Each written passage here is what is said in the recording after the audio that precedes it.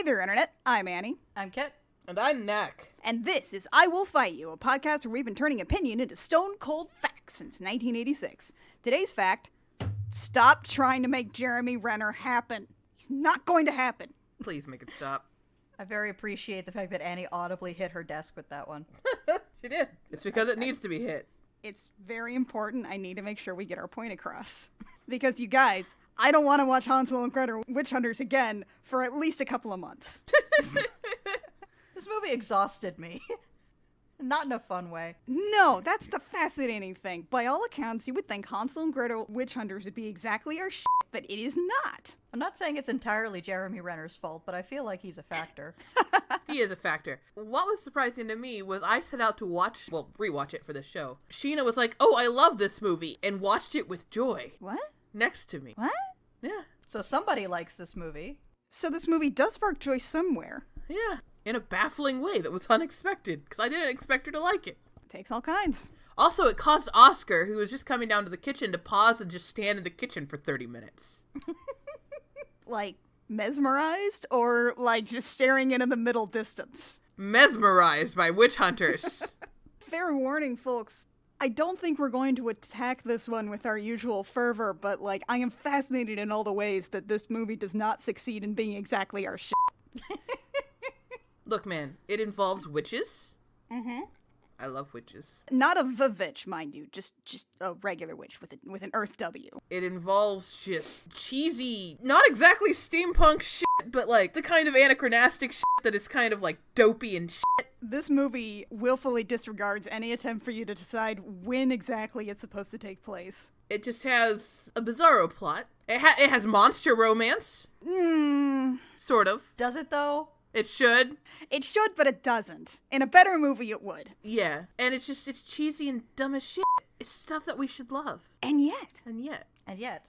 It's the most 2005-ass movie to ever come out in 2013. That's what I was thinking.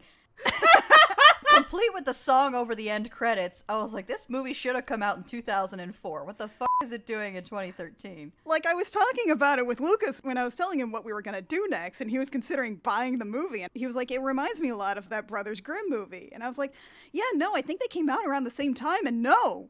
They didn't.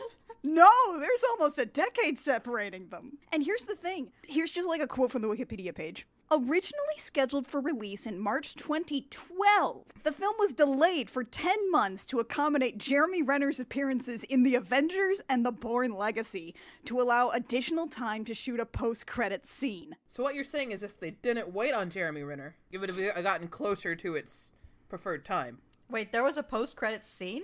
Yeah, there was. No, well... Sort of. It's the coda scene at the very end that kind of plays a little bit over the credits. Oh, the bit in the desert. Yeah, They decided to wait 10 months to make that.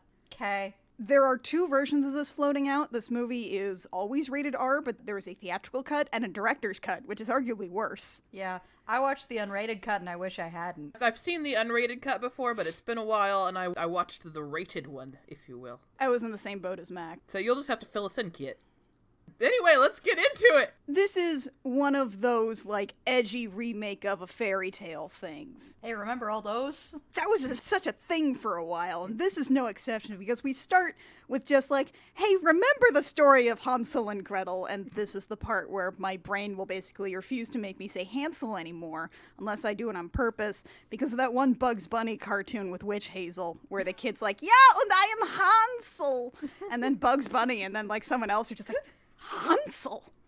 Hansel? Hansel? So now I have to say Hansel. The best part is that the movie goes, hey, remember Hansel and Gretel? And then assumes that you don't. And then just kind of replays the whole thing.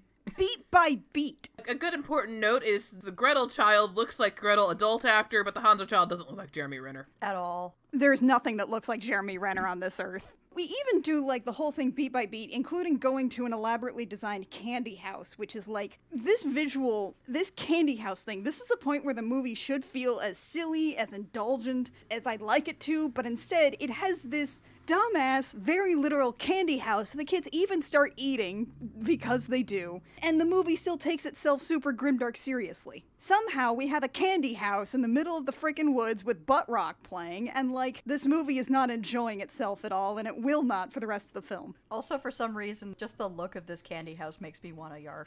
Yeah. Yeah. It doesn't look like an appetizing candy house. And it definitely lends the question of, like, why the hell are these kids just starting to eat this thing? It doesn't look good. The door definitely looks like a ring full of people teeth. Oh, it does. Oof. Yeah, it looks like a sarlacc pit, you know, like an anus with teeth on it. And of course, big, elaborate, beautiful candy house. They go inside, and then it's just like a crone cave.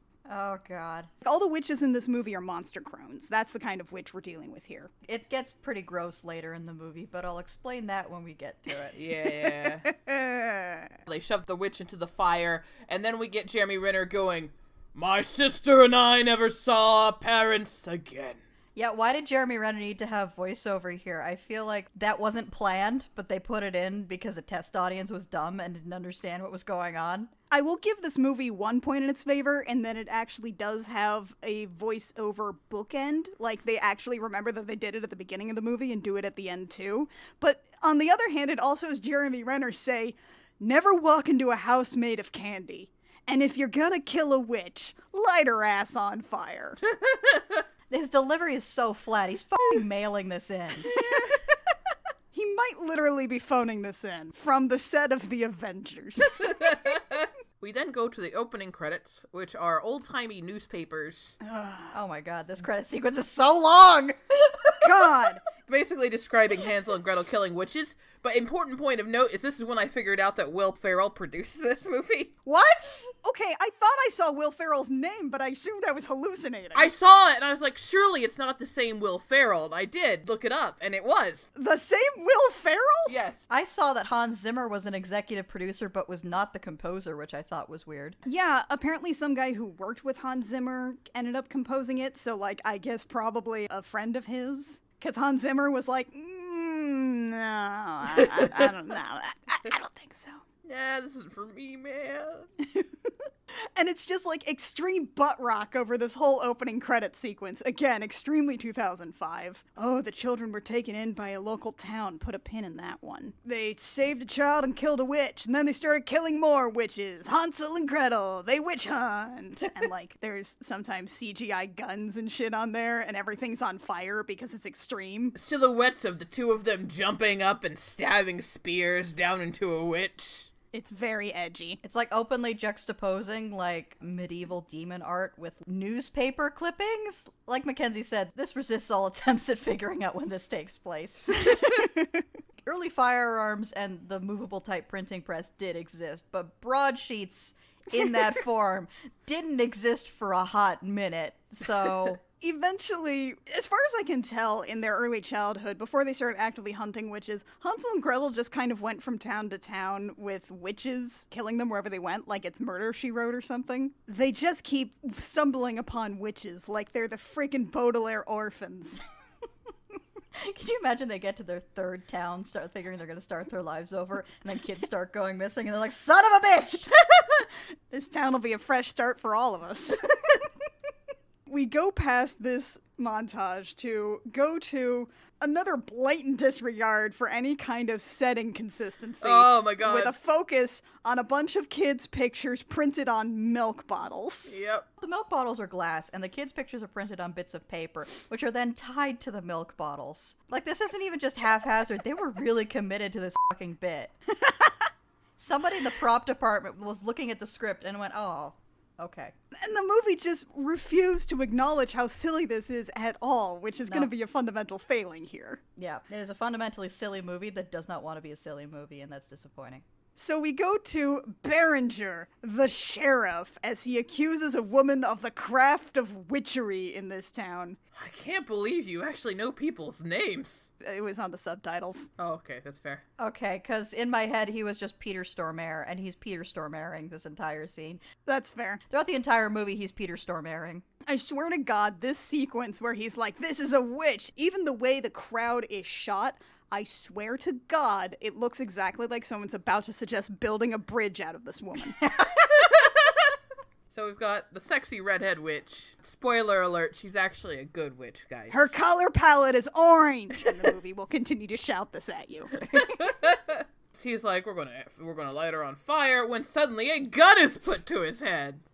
let the girl go, or I'm gonna blow your sheriff's brains all over these fucking hillbillies. Our heroes. Hillbillies. Hillbillies. Hillbillies. In this medieval reenactment village with steampunk guns. With steampunk guns. This movie is as confused about its setting as your average Ren Fair. Yeah. This actress, by the way, is British, I believe, which means that what happened was they had two actors, one playing a brother, one playing a sister, and two accents, and they had to decide who is more capable of doing the other's accent, and they erred on the side of not making Jeremy Renner do a British accent. God, can you imagine? And also, I'm pretty sure they're supposed to be twins, and Jeremy Renner is easily like 15 to 20 years older than her. Yeah, you know, they do not specify how old they are. But definitely in like the beginning age when they're kids, they are very close in age. They are not 15 to 20 years apart. No, not in the slightest. So the fucking hillbillies, because this is an R movie and we're gonna do a cuss. There's a lot of doing a cuss in this one, usually when it's not warranted. You can tell if somebody's a witch because her teeth and skin and eyes aren't rotting. They specifically say the words "a nasty rot sets in," which feels like a line from a children's movie that was transposed into this movie. But it's said completely straight-faced. Like, Jeremy Renner doesn't have fun with the word nasty at all. And he should have. Do you really want Jeremy Renner to have fun with the word nasty, though? Do you want to have that in your ears? Because I don't. I don't want to have it in my ears, but it would have made this movie something. Orange Witch is fine. She's not a mean witch. And as they're setting her go and telling her to go free and get cleaned up and stuff like that, he's like, and if anyone harms this woman, you're going to have me to do. What? What? Yeah, what? What? What? Me to do? Me to do. Did he just get to the end of deal with and just give up? I think so. Why is that the take they used? I don't know. Like, was the boom in every other shot? You know, honestly, I would not be shocked. I would not be shocked either, honestly. You're going to have me to do. Mina's like, well, I'll have him to do, and that dictates her plot arc for the rest of the movie. Here's your corporate mandated heterosexuality, folks. It's really, really overt. Mina is the redheaded good witch, by the way. I don't know if we established that, but she just wants to fuck Jeremy Renner. That's her whole personality. Don't worry about it. Yeah. I feel like the whole romance with Jeremy Renner exists explicitly so that people don't forget that Hansel and Gretel are brother and sister and start to expect a love story between them. Probably. Heterosexuals be that wild, you guys. Yeah. Yeah. I can see it. Oh, I'm having flashbacks. So the mayor has hired Hansel and Gretel to investigate the missing children and find the witch that is surely behind it. Like, the sheriff is real mad about it. He's like, how dare you? You can't tell me what to do. I'm the sheriff. Because Gretel then just sort of looks at him and then fucking headbutts him like Commander Shepard talking to a Krogan. Which is maybe one of the better moments in this film. It is very enjoyable. Honestly, the best moments in the film happen because of Gretel. When she's, conscious. Yeah, when she's conscious and not just passed out. This movie chronically underserves Gretel in favor of Hansel, who, because they're trying to make Jeremy Renner happen. Yeah. The mayor is like, all right, I don't know where any of our missing children are, but you might want to check this strange cottage in the forest that nobody goes to and nobody will visit that is definitely crawling with a witch in it. But that's just a guess. I have played that exact D&D campaign. Same. Same. None of us have checked it. I guess you might want to check it out. He doesn't explicitly say all of our children must be there, because I don't think he's smart enough to put that together. So Gretel literally busts down the door, and there's a witch just hanging out inside, probably having just made tea. She's like, what the fuck? I'm literally just hanging out. And it also ends up like this witch is going to have been like just a random one-off witch that wasn't even involved in these kidnappings. So she really was just hanging out. We don't even have any evidence that she's kidnapped any children lately. They just chase a woman through the woods and murder her. It's fine. Oh my god, it's our first of like 5 running through the woods chase sequences. Dear God, it is. And they all last so long. Ugh. The witches keep doing like these Matrix-style acrobatics in their silly witch makeup, which should be awesome. But the movie really wants you to think that it's cool and serious and not just dumb as shit and awesome. Okay, first off, Gretel has a repeating crossbow. Oh my god. There's no indicator of where the extra bolts are coming from. Absolutely not. They're just generated by the crossbow. They just happen. The witch has a broom, which this is the broom motif for the rest of the movie, is it's just like a weird stick, and it doesn't look good. It's the same weird stick every time, by the way. Every single time it's the same weird stick. Hansel does the thing that he does in every single sequence, which is he has a big gun and he puts it over his shoulder and poses. Yep. Yeah. Which is like his idol animation. Yep.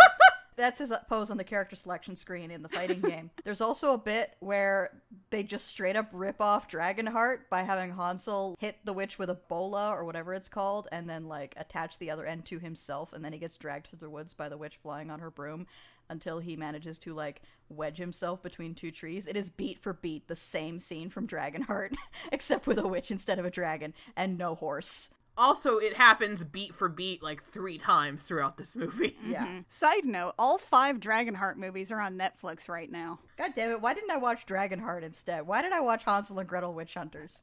Maybe we should watch Dragonheart. Side note, Avatar: The Last Airbender is also now on Netflix. Okay, but that one doesn't involve a dude and a dragon who are definitely in love. Yeah. No. That doesn't involve Dennis Quaid, who is by all metrics the inferior Quaid, being in love with Sean Connery, who's a dragon. But it involves leaves on a vine! Okay, great, but the dragon and the dude look at the stars together in a romantic evening and are like, I came up with a name for you. No, it's stupid. No, I love it.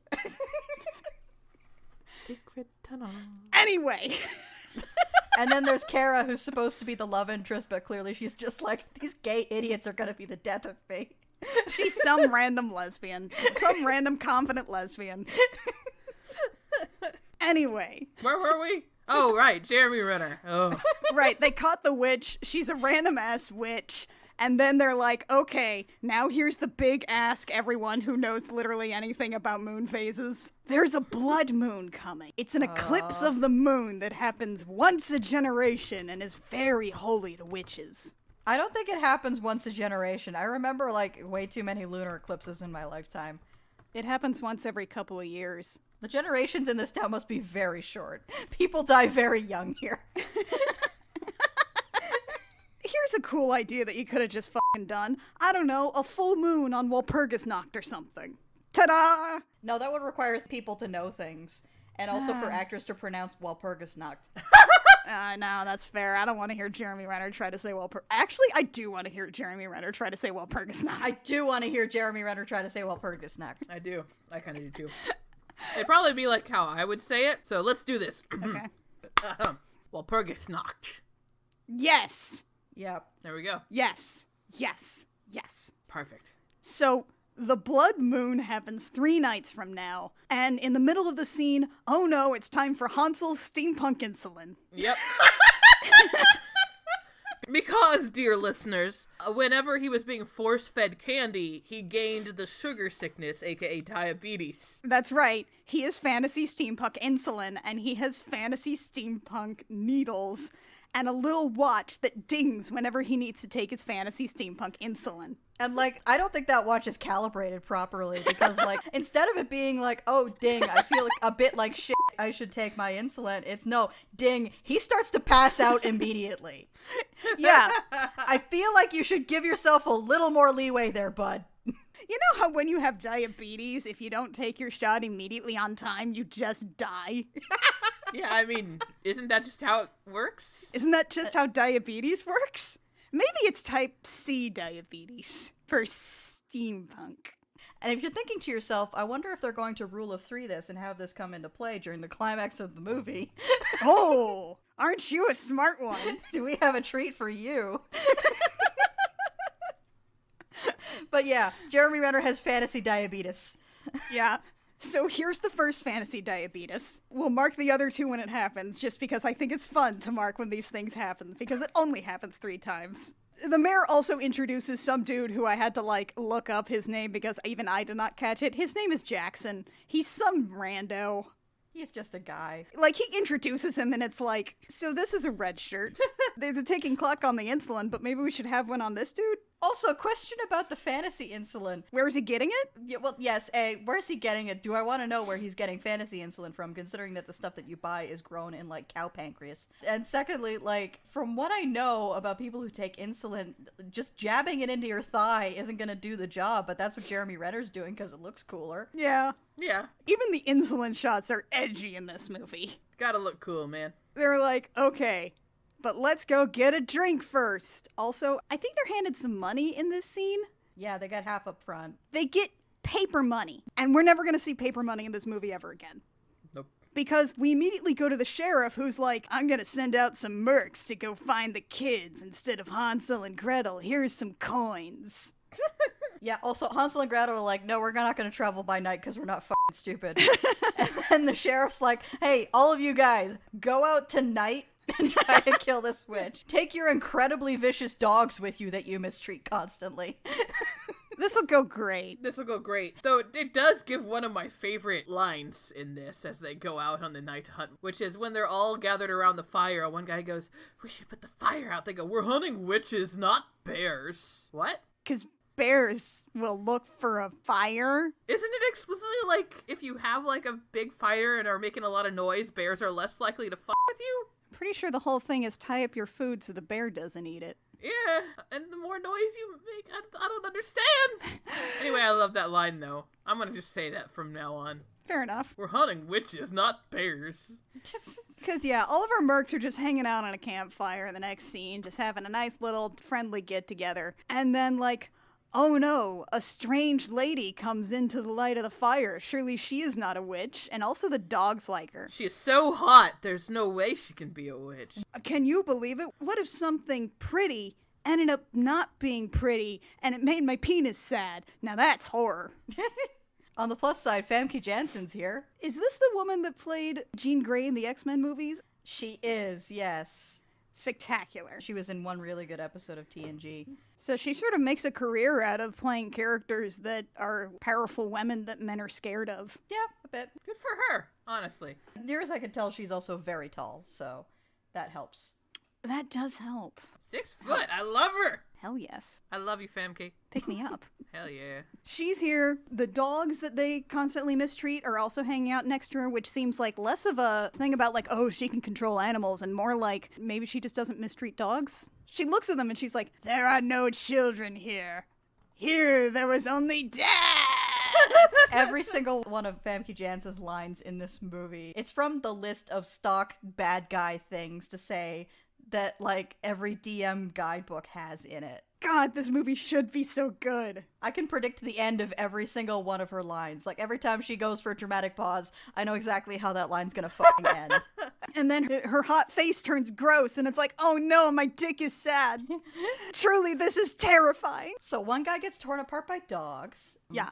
One guy gets quartered by, like, tree roots and branches and stuff. Which is actually pretty rad. Yeah, it's a great scene. And then another dude just starts, like, getting on his knees, and it's like, oh God, help me. It's not like he actually prays. He's just like, oh God, oh no. I feel like there's a third guy who dies, and I forget how. I think he gets decapitated. That sounds right. I don't remember how he gets decapitated. There's a lot of decapitation in this movie. I should remember the kills in this movie, considering how gruesome they are, but they all just slide out of my brain. Well, they're, like, gruesome. It's also very dark. The movie is not particularly interested in shooting many of these things, except for the guy that gets drawn and quartered. So, like, the dude is like, oh God, oh no. And she's like, even your God knows better than to come here. Oh God. Just real good monster crone bride of Satan shit. Yep. And immediately we cut to the tavern. Well, he gets a cursed did on him first, and then Oh, you're right. some magic goes into his forehead, and he starts digging through the dirt, eating bugs, which leads up to a thing later. And by later, I mean right now. Right. Where we cut to Jeremy Renner trying to, like, flirt with a girl by talking about gruesomely murdering a woman. Now, see, here's the thing. You can only flirt with a girl by talking about gruesomely murdering a woman if it's, like, a true crime thing and the guy gets caught and goes to jail. Oh, unless it's a mystery as to how she was gruesomely murdered. Oh, that would seduce me for sure. We mentioned offhand, oh no, we think the witch also has a troll helping them, and they're like, oh no, trolls are extra, which is, I guess, something we're coming back to later. I think this is called foreshadowing, but I'm not sure by the movie's definition. I'm not sure either. Yeah, they're going through all the details of, like, maps and stuff with the red shirt.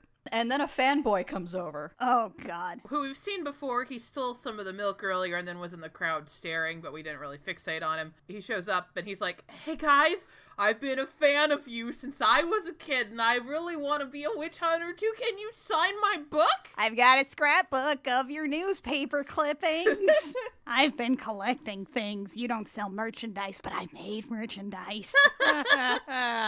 Anyway, I don't really have a question. It's more of a comment. To Hansel and Gretel's credit, they hate this character immediately. This kid is also here just so we can have a little bit of exposition that is also them trying desperately to make sure that this movie has some kind of through line, which is like, how do you kill a witch? And like, cut off their head, rip out their heart, skin them alive, also burn them. And we also have a second where we have to establish that witch magic doesn't work on Hansel or Gretel. And by that I specifically mean their wands that they have, because witches have wands in these movies. Yeah, so anytime somebody throws a generic energy blast at Hansel or Gretel, it goes right through them. Sidebar, I hate how magic in, like, every movie, basically, is just, I'm going to telekinesis some stuff around. Like, The Last Witch Hunter was hot garbage, but at least it had some interesting visual effects when it came to the magic. No, it's either telekinesis blasts, or it's, I made a potion off screen. Yeah. Don't worry, we've got both kinds in this one. In the middle of this riveting conversation about exposition about Hansel and Gretel, in comes the last merc who was eating bugs. Yeah, and he comes in screaming about a witch and says that she told him to give them a message. As this guy is, like, visibly about to have something gruesome happen to him, there's this bit I actually like where Jeremy Renner grabs the fanboy and moves him so he's in the way of the inevitable, like, gore blast. It's effectively using this guy as a shield against the Gibbs. This kid should be used as a shield. This kid should be used as a shield. And so he explodes. Gretel goes, the curse for hunger of crawling things. I hate that one. Oh no, she does cuss. She says, I fucking hate that one. She does a cuss because this is an R-rated movie. And the fanboy, who's just watched a dude explode, someone he probably knew because this is, you know, his hometown, was like, that was awesome. I mean, to be real, I feel like he would say that was awesome after he yarfs. yeah, I could see that too. I'm with you though, fanboy. This is the only point at which you and I connect. I'd do the same thing. So then we skip to Hoggle from Labyrinth's older brother with steroids. Yeah. You know, that's an accurate ass description. There's a lot of things about this movie that were bad choices, but the fact that they used practical effects for the troll is actually kind of cool. This is a fucking Jim Henson character, and I love it. Oh no, this dude is like a straight up, I am shocked that this thing did not come out of the Jim Henson Creature Company. There was a pull quote on the Wikipedia page from the actor who played the guy, and he was like, it was kind of like a NASCAR where I'm driving, but I'm not really in control of anything because there's like 5 guys working the puppet remotely. It's a whole ass troll, apparently, who just kind of looks like a big chunky dude. And he's tossing food at kids in these like vine cages. So I guess here's all the missing children. And also we have our main witch, whose name I guess is Muriel. You know, like Courage the Cowardly Dog's mom. Okay. And she has prepared some gruel for 2 witches who don't even have names in the credit sequences, which is, there's a red-haired one and a spiky one. There's one with, like, really short spiky hair. And I think this is one of the places where the unrated cut differs, because the unrated cut has, like, a scene where the 2 witches show up and they have, like, a bunch of ingredients for some kind of potion. Then they say, also, we brought something to test it with, and then they have a child.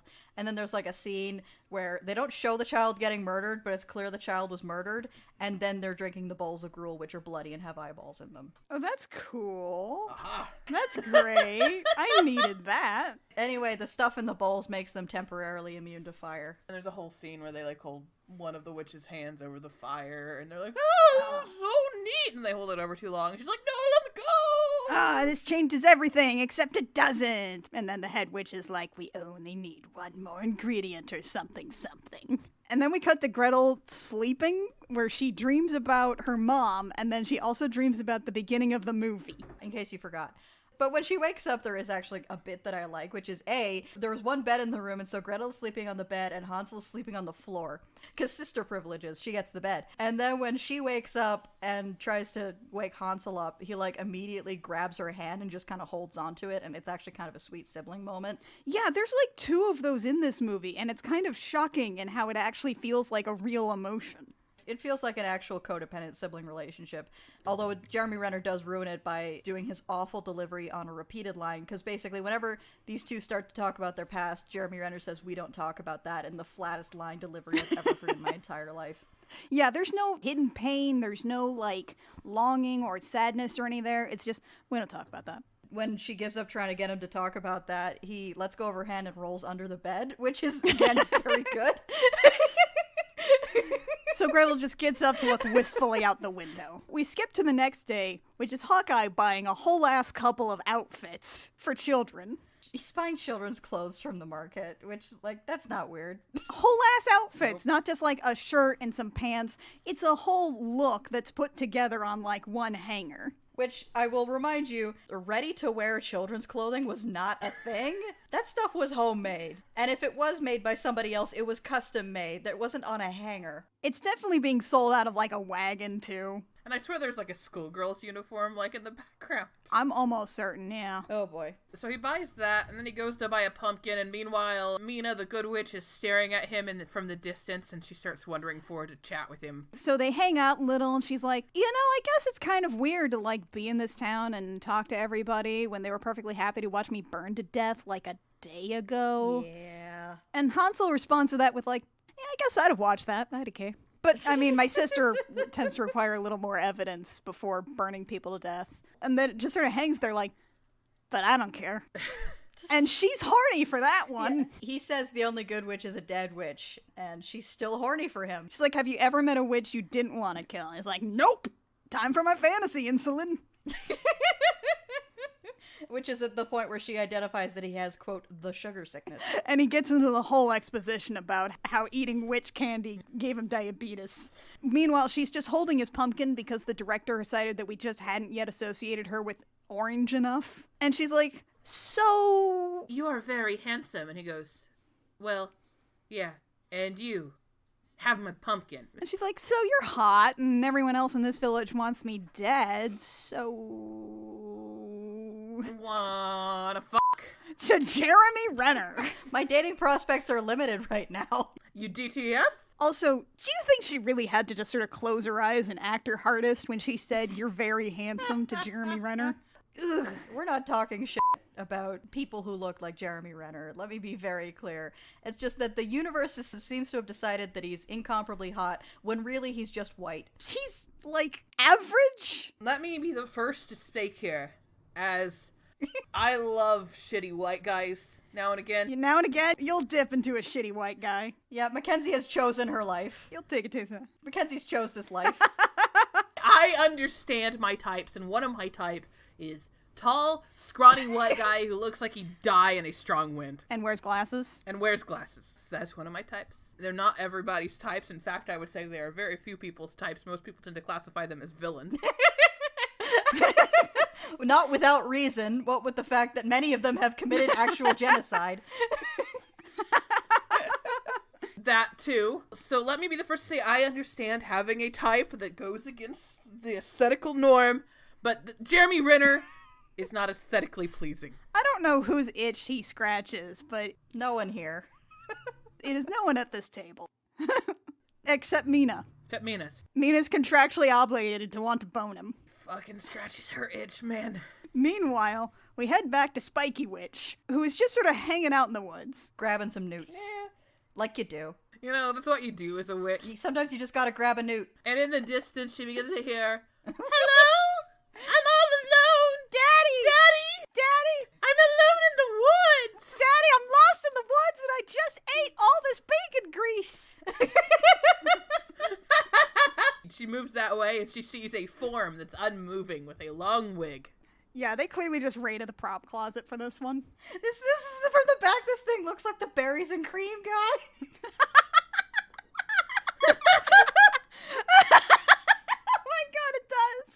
thing that would make this better is if instead of saying daddy, he was like, Papa, I'm lost in the woods. Help me, Papa.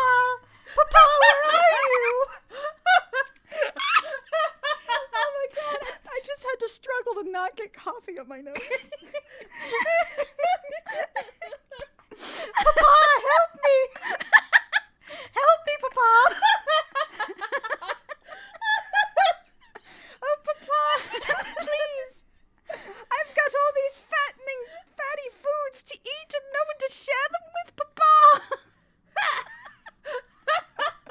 I'm so plump, Papa. Papa, I'm so plump and delicious looking, Papa. So, This is going to be one of those sections that Lucas cuts out to show us how long we've been laughing at one dumb joke. Lucas, look at this movie. Let us have this. Let's have this, Lucas.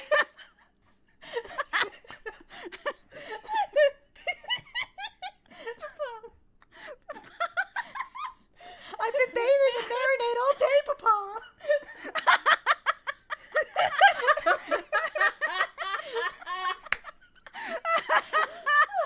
Oh my god, there's actual tears in my eyes.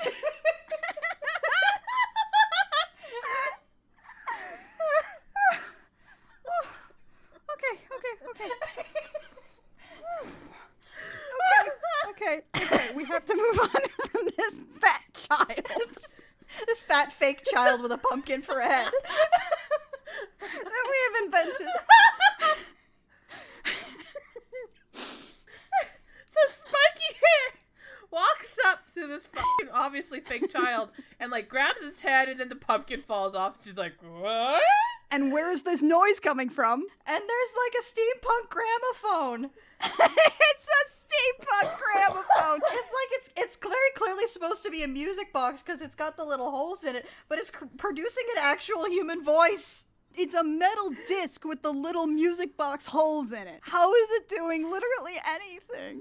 I don't know. I can't believe nobody was decapitated by this metal disc, honestly. You know what? I'm fucking disappointed now because no one was decapitated by it. It looks like it should decapitate people. It's right there. We've already had a dude drawn and quartered by vines in this movie. How is no one decapitated by this disc? Hey, writers, hire us. Call us. We're gonna make a whole movie about a fat little boy. Listen, we can't do worse than this. Have you heard our Melville cut of The Raven? Call us. We know what we're about. Seriously, though, we should make a sequel to The Raven. And not only does it have Emily or whatever in there, having cool European lesbian adventures, but also Gretel can come too.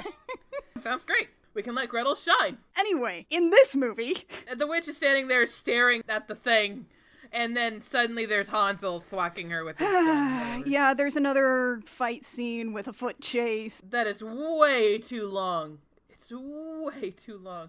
And the witch takes off on her broom, and Hansel hangs off the back on a wire again. Again. Except I think she gets away with Hansel. No, they capture her. They capture her and stick her in a room. Wait, you're right. They capture her and interrogate her. That's later. That's another foot chase with a broom dragging. This movie's a fucking blur, you guys. That one happens in about 5 minutes, Annie, so I can understand why you got confused. Yeah, it's at this point in the movie that I feel like I've been watching this movie for 3 years. So they capture Spiky and they interrogate her in the sheriff's office or the inn or something. I think it's the jail, and the sheriff is real mad about it. By the way, throughout the rest of this movie, he's gonna be wearing a weird little nose guard because Gretel broke his fucking nose. It looks bad. It looks bad. It looks real bad, man. They interrogate her and torture her and... Okay, Hansel has brass knuckles with a spring-loaded extra knuckle? What? Yeah. Oh, I forgot about that somehow. Why would you do that? They're just brass knuckles. You just hit people with... I don't... Every weapon in this movie has an extra part that has to pop out at some point. I don't understand it. Hansel and Gretel are just real horny for springs. Like, not only have they encountered witches, but they've also encountered Coily, the demon who makes springs go away. No springs! No springs! At some point during this interrogation, they get a vague hint about what's going on. The blood of the 12 moons will soon be collected. And then there's an inordinately long investigation scene. Like, they said the blood of the 12 moons, and I was immediately like, oh, it's a child born in every month of the year. But no, they go on for like 5 minutes figuring this out step by step. Yeah, they have to look at their dossiers of children. Hansel runs to the sheriff's desk to look at the census for the town. Because the last girl is a girl, they need a girl born in April. But also, like, I'm pretty sure if this takes place at any point during actual history, these records would be kept by the church, not the sheriff's office. Because he's like, oh, that's for official town business only. He's like, why do you have these? Why is anything happening here? I'm pretty sure the cops in our day and age don't have this. Like, they have to go look it up. This is not information they have at their fingertips. Yeah, shouldn't this be at, like, the mayor's office or something? This place is a mayor. Look, in fantasy world where there are kids' faces drawn on a milk bottle, sheriff has it. I mean, I can't disagree with you. This world is not interested in establishing itself in any way, shape, or form. No, not at all. So Jeremy Renner goes off to find the girl born in April. There's exactly one in the town who fits that bill, I guess. He finds her, and for some reason the sensitive information has her name but not her address, and so he's like, tell me where she lives because the witches are gonna get her! And the witches start setting the town on fire. Yeah. Pretty much instantly as soon as he says that. Because the witches are here, and they can do fire. Yep. Yeah. It's just Fireball. They just keep casting Fireball on the whole town. A witch shows up at little 6-year-old Mary's house, Mary born in April, and apparently they already know that they're gonna come try and take the kids because Mom is here, and also they name her oldest son Lucas, which is great because I kept wondering, like, Mom, older sister, young husband? Yeah, the witch controls the kid's muscles and makes him shoot his mom, and I'm sure it's all very traumatic, and I'm not sure this scene needed to happen. No. Considering that we never really see any of these characters ever again. Yeah, this kid doesn't, like, get any kind of, like, pathos or anything where he now needs to take out the witches or whatever. Nah. So as we get some scenes of Jeremy Renner running through the village to get to this house and fighting witches and shit, we also watch Red Shirt and Gretel, like, lock up Spiky Witch, and Gretel's like, do you shoot well? And he's like, no, but that's why I use a shotgun, and it's supposed to be really funny and humorous, and it's okay. Sorry, guys, if it's a joke that I could hear while playing Rainbow Six. It's not a cool, groundbreaking joke, you guys. The main witch shows up, and she's got her pretty face on, which I still don't understand why she even has the pretty face, because she doesn't really do anything with it. She doesn't try to pass for human for more than like 10 seconds at a time. Because they've got Famke. Yeah, you would think that it would be like, oh, we spent all this money on Famke Janssen, and also we found a perfect way not to have her be in the makeup chair for 5 hours every morning, and then they don't take advantage of that. No, you think there would be like a, oh my god, it's a dramatic reveal that she's been the evil witch the whole time, but she's endeared herself to Gretel and is having like a weird, sexy mom or maybe lover plot. But nah, they don't do that, don't worry. No, she's just sort of here to be like, here's my pretty face, but now it's gross and your penis is sad. Yeah, it's used solely for shock value. It's very lazy, and I'm very tired. They have a fight. Hansel, meanwhile, finds the troll. Hansel also hits a witch over the head with a glass bottle, but the glass bottle doesn't break. The troll actually is carrying the little girl, little May born in April, or whatever. Mary born in April? Whatever. May born in April would be way more fun as a character name.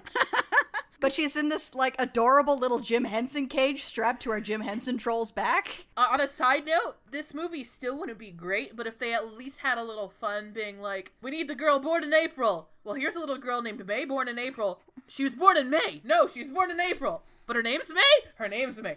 That would have cranked this movie up a few points. Oh my god. Just a little Three Stooges bit in the middle of the movie. They would have actually had, like, character. They could have rolled their eyes at one another or something.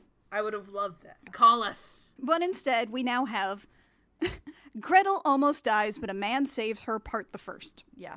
Part the first. We're gonna come back to this. A lot. Famke Janssen's, like, holding her and, like, threatening her and talking about how she needs something and, like, sexually touching her chest. And then she's like, oh, you really don't even have a name, do you? I guess it's Jackson, but that sounds fake. So she just sort of, like, uses the gun thing and makes him shoot himself in the head, and it's like, oh, no shock. Okay, so in the unrated cut, his head just completely vaporizes. What happens in the theatrical cut? Basically that, honestly. Yeah, I want to say it might cut like a couple of heartbeats away so you don't see it too much, but I feel like his head basically just Yeah. Yeah. We linger on the headless corpse for a couple of seconds in the background before it falls over. Oh, yeah. Yeah. There was no real lingering. Unless there was, and this dude is such a non-entity, it just slipped from our heads. That's possible, too, honestly. Gretel almost dies, but a man saves her, part the second. Gretel lands outside, and she knocks her head, and she's immediately unconscious. And so Fanboy comes along and loads her in a cart and covers her up and gets her out of town. We slip back to next morning because we've seen Hansel launch into the air, hanging off of a witch's broom, and we're just gonna, leave that one there. He's done it twice before, we know what it looks like. Yeah. Yeah, he grabs onto the back of the witch's broom, and as they're flying away, he tries to attack her, and she's like, fuck you, and kicks him in the face, and he falls off the room and plummets to the earth. And, what was his plan? What was your plan, Jeremy Renner? What was your best case scenario? Here's the best case scenario. He kills the witch, the broom no longer flies, and he plummets to the earth. Every possible plan results in him plummeting to the earth. We wake up in the morning to Fanboy trying to clean Gretel's cleavage. Oh. Yeah, no, Ugh. he's like, I'm gonna dry the neck, and then I'm gonna maybe touch a boobie. Oh. This is a fucking long-ass scene. It was 5 times longer than it needed to be. 10 times. 50 times longer than it needed to be. Also, I should note that at this point, all I wrote in my notes was Fanboy being creep washing cleavage, gross, and I wrote no other notes. Okay, I'll try and give a bullet note of all the exposition that we are dumped upon in this scene.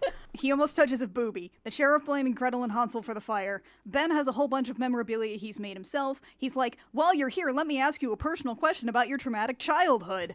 About your parents and what's up with your mom and why did they abandon you and something. Let me just ask you that. And then he scampers off for porridge, makes a 3 bears joke. Apparently only grand witches can change their faces. Don't worry, that's not really gonna come up at all. That's not important. It's not really relevant to anything. Don't worry about it. And then Gretel has a repressed memory about their mom doing a vaguely witchy thing. Yeah, because there's a drawing of someone who was burned as a witch who looks kinda like Gretel's mom if you squint. And she's like, I need to find Hansel! And off she goes. Let's go find Hansel. Meanwhile, Hansel. He's hanging upside down, and of course Mina's there, and she's looking up at him. She's like, hi, are you okay? Do you want to go and fuck? Let's go fuck. He's bent backwards over a tree branch. How is he not dead or paralyzed? Don't worry about it. And he's like, can you point me to town? This is clever and witty. Do you want me to help you get down? No. I can get down on you. What? So he falls.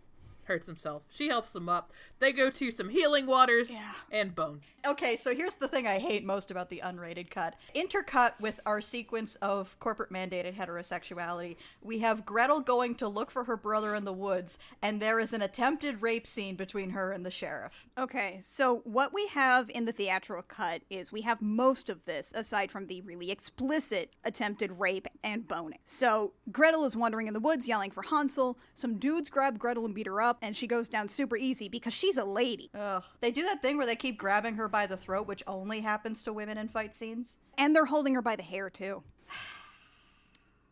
This scene sucks.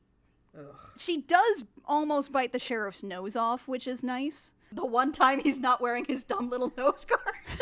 Right? While she has been running around and yelling for Hansel, we cut to the troll who looks up at hearing her, looks down at this partially eaten boar carcass he's been going to town on, and he's like, oh, man. I just sat down to lunch. Gretel gets hit, goes down again. Then we decide that, well, hey, audience, do you like violence against women? Well, check out the unrated cut! It sucks. It sucks so bad. It goes on forever. Ew. It's very much just attempted, emphasize the attempted, but the fact that it's there at all is unnecessary and gross and stupid. Ew. Well, I mean, who could possibly conceive about any other violence against a female character if it wasn't sexual violence? Anyway, then Edward the Troll comes in and kills everybody. Anyway, the troll runs in and just murders everybody, which is nice. Thank you, troll.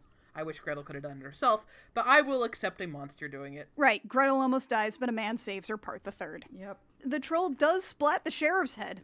That is very good. Yeah, he just curb stomps it. Like Sparrow's egg between thighs. Yeah, exactly. He then picks up Gretel, flashback to Hansel and the witch getting dressed and wandering away from the healing waters. Mina's like, hey, do you want to fuck again later? And he's like, yeah, VTTF.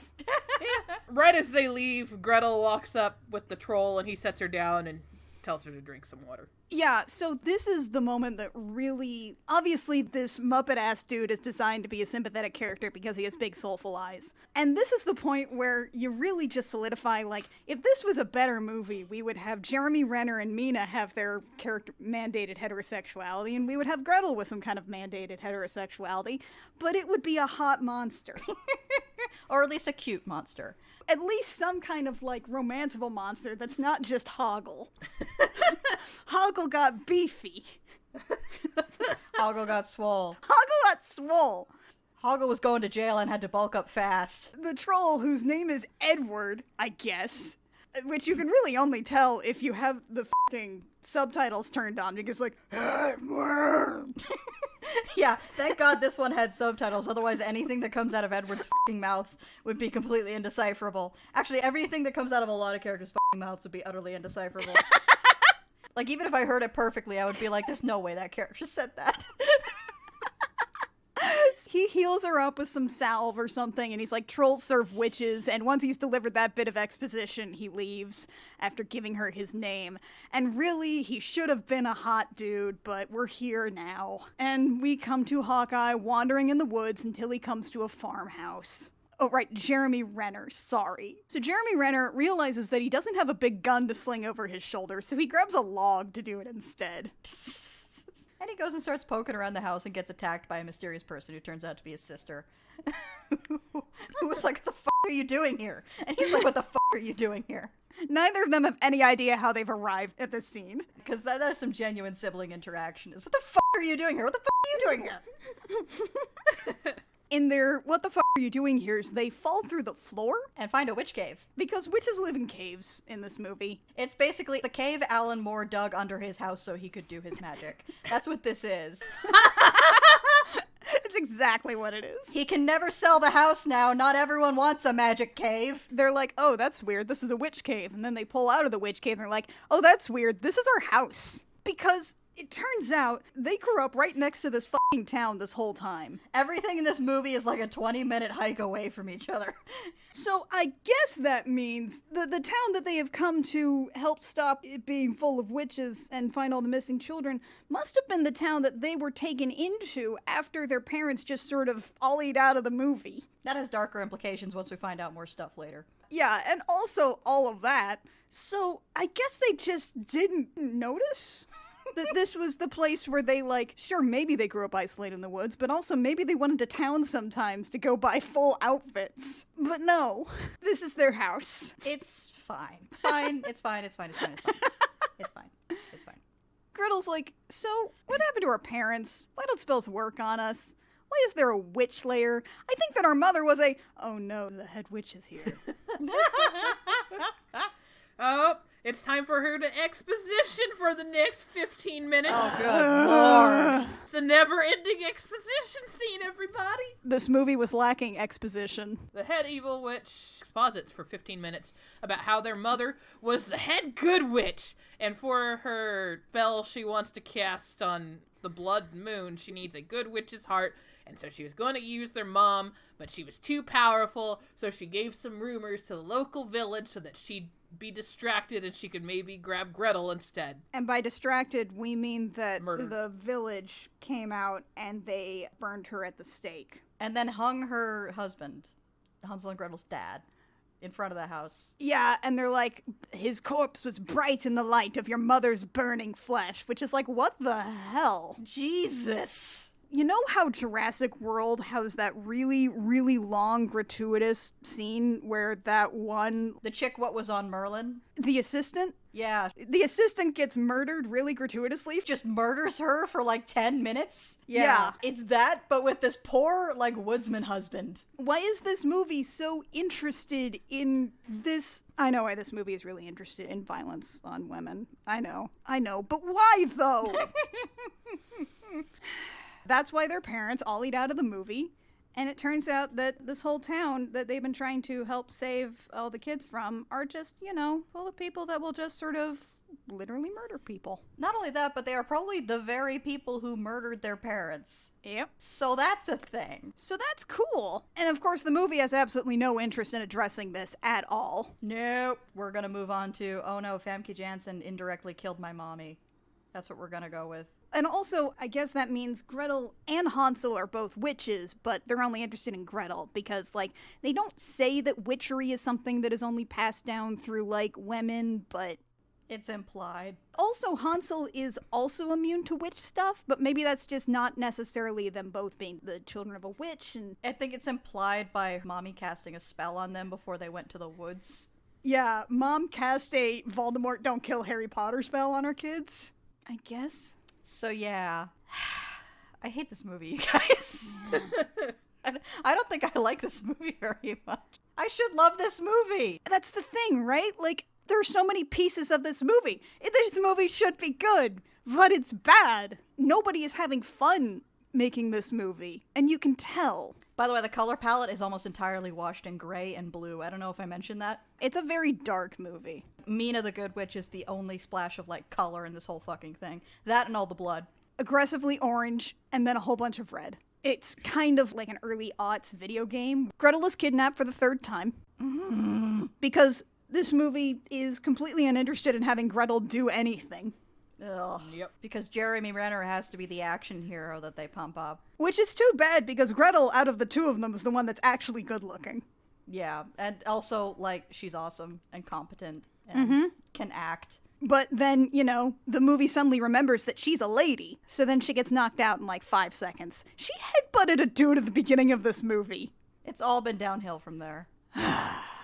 So Gretel is kidnapped again. Mina saves Hansel again, and she's like, oh, I'm a white witch, it turns out. Did you not pick that part out? And she's like, also, I know how to go find the witch gathering to save your sister. And also, I found something in the lair of your mom in the cave under the house. What is it? Let's cut to the fanboy who's in this movie again. Yep, he's here. Don't worry about it. Okay, I tried to write this out. The Arbelmelin Grimoire? Oh, God. Don't look at me. I don't know. It protects against dark magic, he shouts. So they're gonna use it to bless a whole ton of guns, basically. And bullets. And bullets. Let's not forget the fact that they just have straight up, like, shells. I don't know what would make the blessed weapons any more effective against the witches than the weapons that they already have, but okay. It's never made clear. Question, this potion that they need to brew with a good witch's heart and, like, 12 kids' blood or something. So that just makes them immune to fire. I guess. But you can still cut their heads off and shit. I guess. So they just want to get rid of one of their debuffs. I guess. But all the rest of it's still fine. I guess. It's elaborate. You can still skin them. I guess. Yeah. But no fire. I think it started out where it was like, witch's only weakness is fire. And then they realized that at the climax of the movie, starting a fire in the oven was going to be too much of a distraction from the actual events happening during the climax of the movie. They realized that actually setting her on fire would be too involved, so they added a bunch of other weaknesses, but they kept the plot where the witches are trying to, like, stop being vulnerable to fire. So you think they worked backwards from there? Yeah, I'd believe that. That seems like the kind of mess that this movie is. So we do this whole sequence where we pour witch holy water on the guns and the bullets, and there's butt rock playing, and then they all ride off to go save Gretel.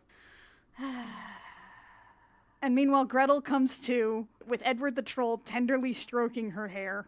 Oh, great. And why wasn't he a romance? Why didn't you design him to just be like a hot thing to look at with pointy teeth? I have an agenda, damn it! I was just reflecting on the fact that this has become so much of a thing that you're frankly disappointed when it's not there. Well, I'm saying that it was perfectly set up in this film, and Gretel could have had something to do that wasn't passing out and being rescued by dudes. She could have at least made out with something. Yeah. I like your emphasis on something. Someone I don't know. No, I feel something is appropriate. It's right there. Anyway, Bob Hoggle. Anyway, Bob Hoggle is stroking her hair and then leaves as soon as Spiky Witch is like, get the kids. It's time. Oh, God. And then everything goes red. We cut real quick to, like, Hansel and Mina, and the fanboy is also here, setting a bunch of wires between two specific trees in the middle of the forest. It's not like one wire across a bunch of different gaps. It's like they figure the witches will only fly through this particular gap. And so they just, like, hog tie that shit with wires. And then he hands a gun, which, because every weapon needs to do something else, it is a gun that unfolds like a Jacob's ladder into a long gun. Which wouldn't work at all. I'll suspend my disbelief for Mass Effect. But not for this. I have my limits. So he hands this gun to the fanboy, and it's like, now go be a sniper and don't be in this sequence. We have too many people on screen as it is. And now we go butt rock as the witches all sort of screech at each other, and we all look at these. They went ape shit with these witch designs. Oh, God. And a lot of them are just like, do you have a disfigurement? Come be a witch in our movie and get murdered gruesomely later. Yeah, they definitely did actually hire, like, actors who are missing limbs, which, you know, I'm glad they got work, but also maybe not like this. Not like this. I was trying to describe the sensibility of the design of all these different witches to John while I was watching it, and I was like, it's like someone booted up Diablo 3 and invented a Hot Topic. Yeah. It's a lot. The thing that I've figured out about this movie is that it's just a very mean-spirited movie. Yes. This is a movie that doesn't like people very much. Yeah, it is not a movie that enjoys itself. It's not a movie that loves itself. It's not a movie that likes people who don't look like the norm, basically. If you got a disfigurement, you're evil. That's the assumption that this movie operates under. Unless you're a good witch, in which case you're hot. Yes. And orange. It's that ancient Greek belief that everything beautiful is good and everything good is beautiful. Proven wrong repeatedly, but fine. Who doesn't love a physiognomy? I'm surprised they didn't just whip out the calipers and start measuring people's skulls. These witch designs, they're all bad. At least they don't veer into the spectrum of being too obviously racist. There is a witch doctor. Yeah, that does happen. Yeah. Also some conjoined witches who I don't think are Asian, which I guess is at least, you know, the base threshold of not being the worst. This is a movie that does not enjoy itself. It is not having fun. It does not like anyone in there. It doesn't want you to be happy. No, it doesn't. And it could have. It has all the pieces to be that kind of movie, but it refuses because it wants to take itself seriously. Which, why? Your movie's called Hansel and Gretel Witch Hunters. It's got a candy house in it. Everything goes red. The witches are all just sort of like crawling around and going like, ah! Because that's what they do. And then Hansel walks in, slings the gun over his shoulder, because that's his idle animation. Also shoots the gun up into the air and like, you should let my sister go or I'm gonna kill you all. And it's like, why not just start shooting? It's not like you need to get your sister out of the line of fire, as evidenced by the fact that you start shooting immediately. What follows another long-ass, drag-out fight that lasts for 1,000,000 years. It also turns out that in the process of setting up for this cool fight, they just walked right up to the cliffs right behind this witches gathering and set up a Gatling gun. Yeah. Mina has a Gatling gun. Orange Witch has a Gatling gun. Orange Witch has a Gatling gun. This should be awesome. This should be fucking rad. It's not. It's not. It's not. It's just a long-ass boring fight. And in the middle of it, we have Gretel almost dies but is rescued by a man, part 4. And meanwhile, Jeremy Renner's just murdering a whole lot of women. Edward frees Gretel. Spiky's head gets blown off. Edward falls off the cliff. Spiky's head gets blown off in front of a bunch of children, probably traumatizing them for life. But they're fine. They're fine. Don't worry about it. There's the conjoined witch fight, and I have a bullet point right below that that says, why not? One of the conjoined witches dies before the other, so the remaining one is just, like, dragging around her sister's corpse, which is a lot. It's a lot. Even in the movie, this fight must take a long time because the moon seems to be, you know, pretty high in the sky. One would assume that this would happen at midnight because that's when things happen. But this fight then takes about, 5 to 7 hours because dawn comes up in the middle of the fight and then the fight keeps going. And Gretel's like, it's over now. Let me use my crossbow that goes 2 different directions now, and a sword whip. That comes out of nowhere. She just has, like, Ivy's sword whip out of nowhere. Yeah, it's just straight up Soul Calibur sword whip. Also, her crossbow goes 2 different directions. Yes, we mentioned that. It's still a repeating crossbow. I'm not sure that's how anything works, but okay. And then we kill all of the extra witches, so we're just down to the witches that we've had in the rest of the movie, and they escape. Oh, and a bunch of witches get gibbed flying through wires. Yeah. And that's when we have another long-ass chase scene wherein Jeremy Renner gets attached to the tail end of a thing. And So the fanboy is near the wires, and he shoots the gun, and the movie decides what we need to do, what is really cool. We focus in on the bullet that, in the middle of being fired, peels away like a banana to reveal that it's an exploding grape shot bullet. yeah. Is that the best way to describe this? Yeah. I don't remember if it even does anything. Does it kill a witch? I honestly don't remember. He basically hits her with birdshot. I don't know what happened in this fight scene. I know it lasts for 1,000,000 years. Hansel is like, okay, now we have to go after the head witch. And Gretel's like, no, I have to leave the movie for another couple of minutes. I have to go find my monster boyfriend who fell off a cliff. I have to go find my buff hoggle. And she finds him, and she uses an electric thing we saw for 5 seconds as a defibrillator? Defibrillator. Defibrillator? The point is that's not how defibrillators work. No, she stabs him repeatedly. Yeah. But it works. He's fine. It's fine. He's completely fine. He's absolutely fine. Also, because it had to, remember how this movie takes place within like 20 minutes of any scene? We found the candy house. Yeah, it's really great because they're chasing Famke Janssen through the woods. We cut to Jeremy Renner, and he says, "Oh, you can't be serious." And then it pans around to show us what he's looking at. And then I say, "Oh, you can't be serious," because it's the fucking candy house. When Gretel eventually shows up at the scene, she's like, oh, you gotta be fucking kidding me. They're as tired of this movie as we are. So we go into the candy house, we have a fight scene where she's like, I'm gonna kill the fanboy, and he's like, no, I'll put down the gun, because I care about the fanboy. And then Mina gets a wand that I think is her wand, or maybe it's someone else's wand, but then she and the head witch have a little telekinesis off. Jeremy Renner shoots Fanboy in the shoulder in the unrated cut. Does he do it in the theatrical cut? I don't know. Maybe? I honestly don't remember at this point. We were all really checked out at this point. I just watched this movie within the last 12 hours and I could not tell you. Anyway, there's a witch fight, which is boring, as all witch fights are in every movie. The witch fight ends in stabbing Mina. With a wand. With a wand. This is the part where I have a bullet point that says, remember when Gretel was in this movie.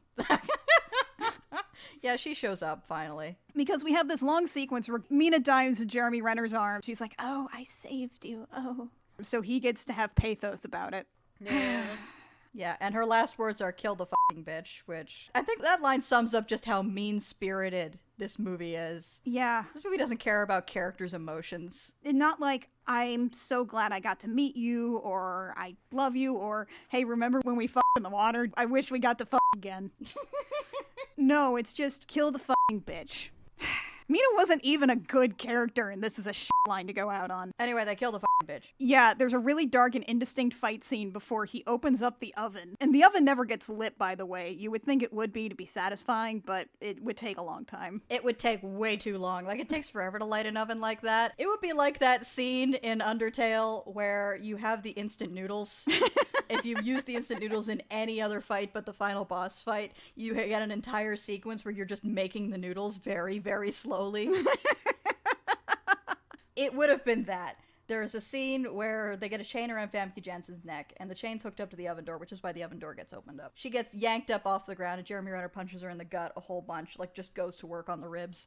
And then she starts crying and begging for her life and flipping her face over to, like, regular pretty Famke Janssen. And it's like, I'm firmly of the opinion that it's okay to have women die even gruesomely in a movie as long as they're the kind of woman who can fight back. Yeah. But at the point where this character is just blatantly being victimized, that starts to sit real fucking bad with me. Yeah, she's sitting there begging for her life. We know it's probably a trick, but the movie's not even framing it like it's a trick. It's just someone begging for their life. And being utterly helpless while Jeremy Renner just breaks every rib in her body. And then, of course, he starts to choke her out, and then his dumb little clicky watch starts going off. Okay, so this watch has gone off twice. It's been like at least an hour and change in movie time. It's been probably a couple of days in the movie itself since his insulin clock went off. It's been a couple of years in all of our heads. Yeah. Since his little insulin clock went off. We only had this thing happen once to make us wonder what's going on. The second time was where he explained everything, and the third time was where it was plot relevant. This dude has not had to worry about his fantasy insulin at all. The dude was strung up overnight in a tree, and he did not need to use his fantasy steampunk insulin. He's fine. So yeah, Gretel has to go crawling across the room to retrieve Hansel's fantasy insulin, while the witch just kind of hangs out. Because, of course, his clock goes off, so he starts dying, because that's how insulin works. He just dies immediately. Dude, you gotta recalibrate that thing. You gotta give yourself more leeway. So instead of doing anything with fire, which was sort of the whole thing that witches were trying to avoid in the first place, they just chop her head off with a shovel. Yeah. And it's inordinately long, because the shovel gets about halfway into her throat, and then Gretel comes along and puts her foot on the shovel and takes the head all the way off. And I don't know what it looks like in the theatrical cut, but in the unrated cut, it's actually a pretty cool practical effect. Oh no, it's honestly pretty cool looking. Very gruesome, though. Yeah. Then we have Jeremy Renner come in and bookend the movie with another voiceover. It's the worst, most hackneyed shit, and I wrote it down. Oh, good.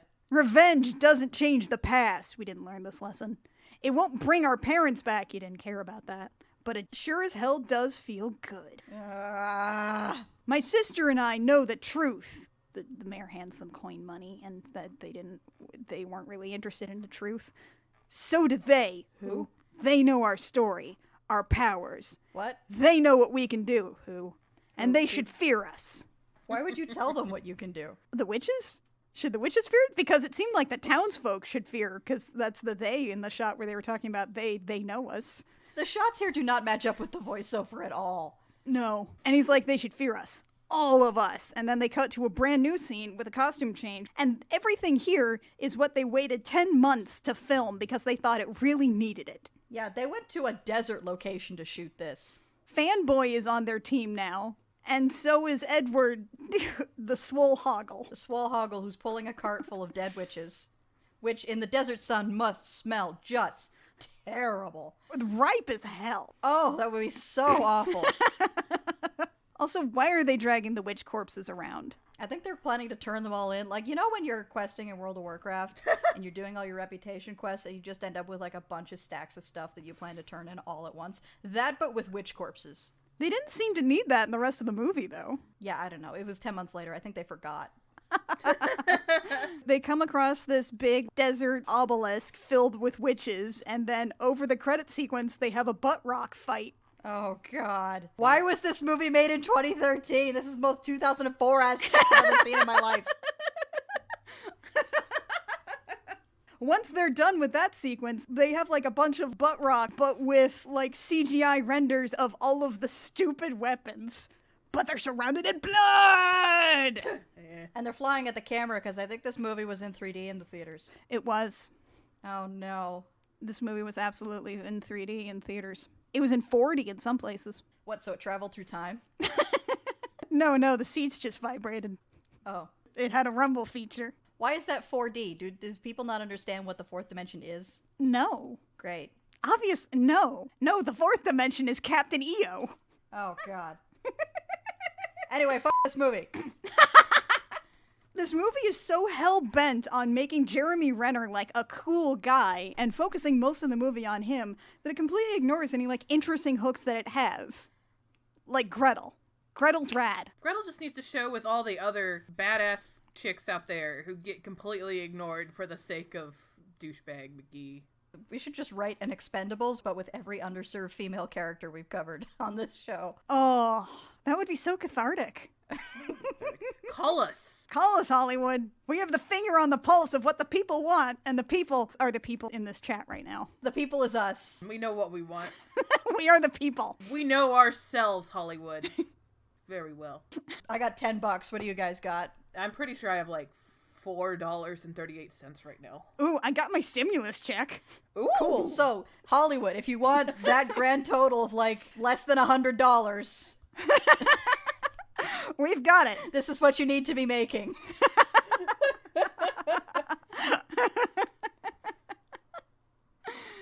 Call us. It's time to topple the old institutions, build up a brand new series of movies. Made to cater specifically to us. If Disneyland stays closed much longer, they're going to need to start selling stuff off, so... I'm just saying, there's an opportunity. Can we pick up the rights to Maleficent? I think we could rescue Maleficent. Hell yes. Then she can go around to all these movies and talk to them about the Crooked Russian Cam initiative. Yes. And just be, like, rampagingly lesbianic with, like, every female character she encounters. God, this movie really should be cool. This movie should be fucking awesome, but it's not. It's just joyless and mean. Honestly, I kind of want to watch Jupiter Ascending as a palate cleanser. Yeah, same. That movie's got everything this one don't. It's got a hot monster boyfriend. It has a gun that goes bark bark. It's got a stupid gun, but this one goes bark bark. It's got Eddie Redmayne alternately whispering and screaming at the top of his lungs, which is infinitely better than whatever Famke Janssen is doing. Go listen to our Jupiter Ascending episode, everybody. It's got a dragon guy who's immediately replaced with another dragon guy. Except this one has a scarf.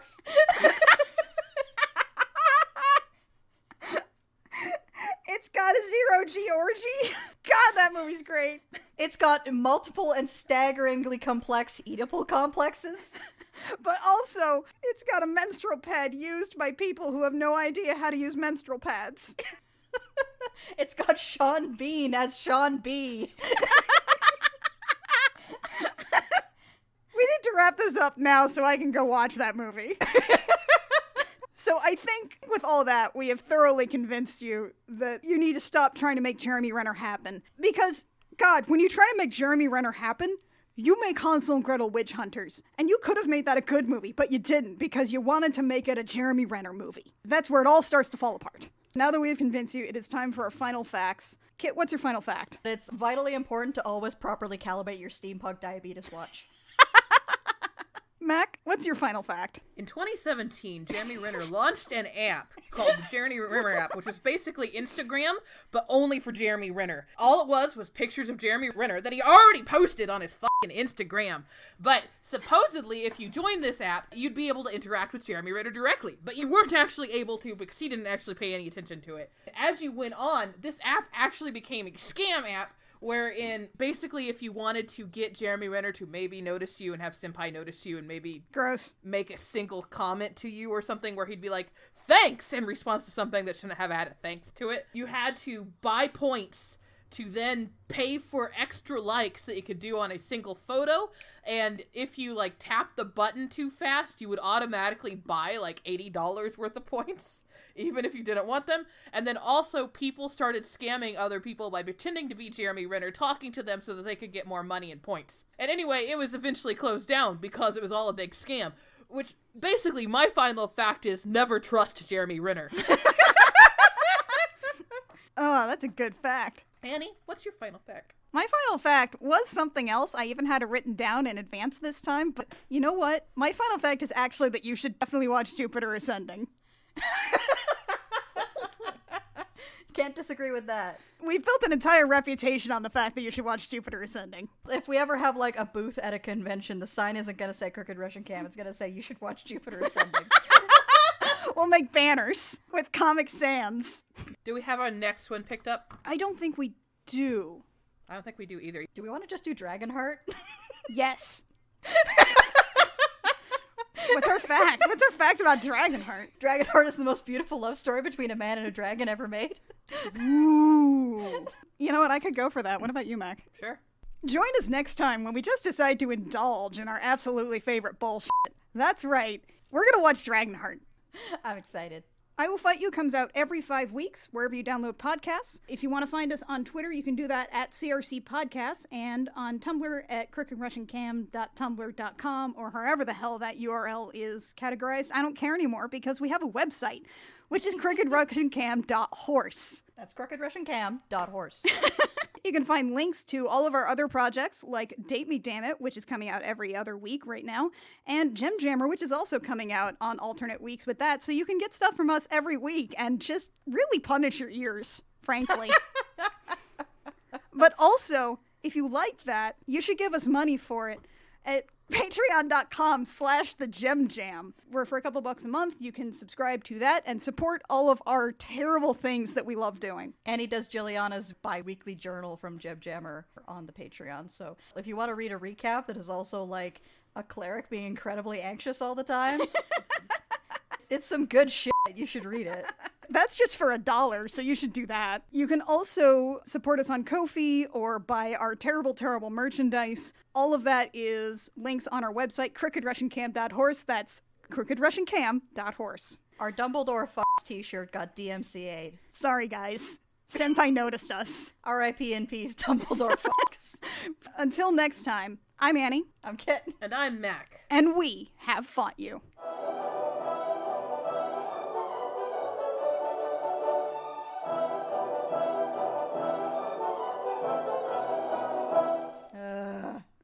I'm surprised they didn't just whip out the calipers and start measuring people's skulls.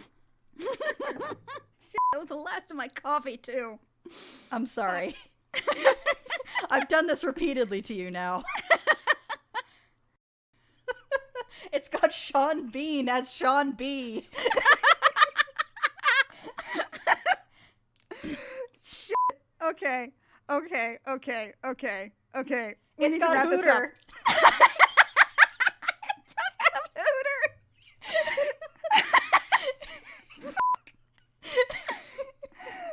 I know. Oh God, we gotta finish this fucking episode. My face is just so full of wonder and delight. I love you, you stupid fucking nerd.